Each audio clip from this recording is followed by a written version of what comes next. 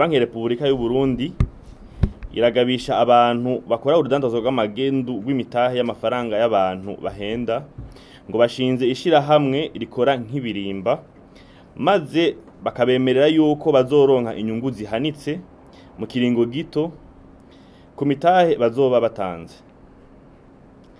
Muri ubwo bubisha nyene abantu ba mbere batanze imitahe yabo bahabwa inyungu ku rugero rw'imitahe batanze n'igitigiri c'abanywanyi umwe wese ategerezwa kwinjiza.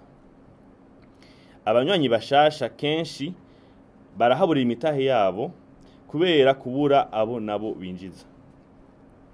Ubwo rudandazwa rw'amafaranga rurakorerwa no ku mihora ya EcoCash na Lumikash.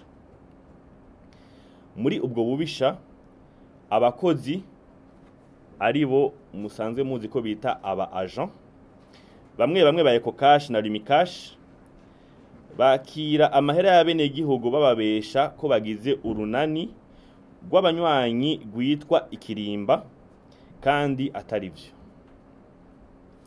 Abo bakozi bashinga igitigiri c'amafaranga umunywanyi mushasha ategerezwa gutanga hamwe n'igitigiri c'abanywanyi bashasha ategerezwa kwinjiza kugira ashobore kurihwa.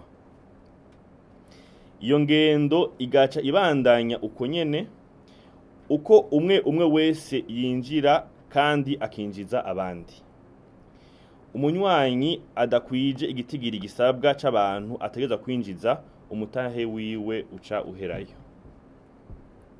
Hari n'urundi rudandazwa rw'amafaranga rukorerwa ku mbuga ngurukana bumenyi aho abo basuma nyene bemerera abantu inyungu z'umurengera kandi mu kiringo gito ku mitahe bashiramwo bakoresheje amafaranga acishwa mu buhinga bwa none kandi akaba atemewe n'amategeko.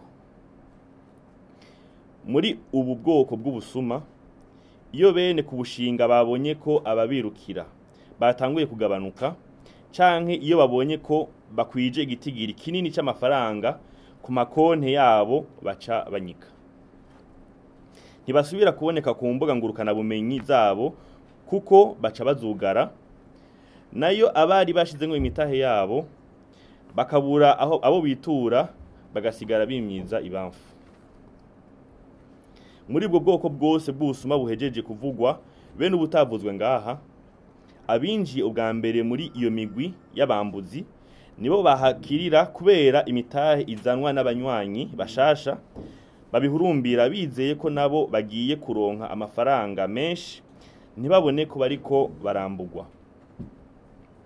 Kubw'ivyo Ibanki ya Repubulika y'u Burundi iribukije abantu bose ko ubwo rudandazwa rw'amafaranga rusahura abene gihugu rutemewe n'amategeko kandi ko ababikora bahanwa hisunzwe amategeko kuko baba barenze ibitegekanijwe mwibwirizwa rigenga ibikorwa by'amabanki byo kuwa 22 Nyandagaro 2017 mu karongo karyo ka 12.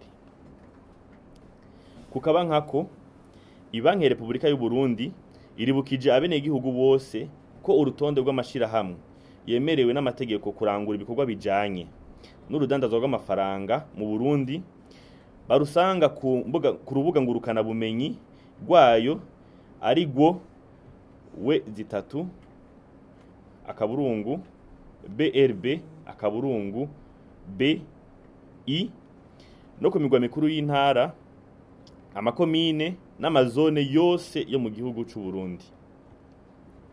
Ibanki ya Repubulika y'u Burundi isavye ko uzobona uwo wese akora ubwo bunyonyezi canke urudandazwa rw'amafaranga atabirekuriwe n'amategeko ko yobimenyesha abajejwe intwaro bamwegereye canke agatelefona Ibanki ya Repubulika y'u Burundi ku nomero agasaraba 257 22 20 40 ubusa.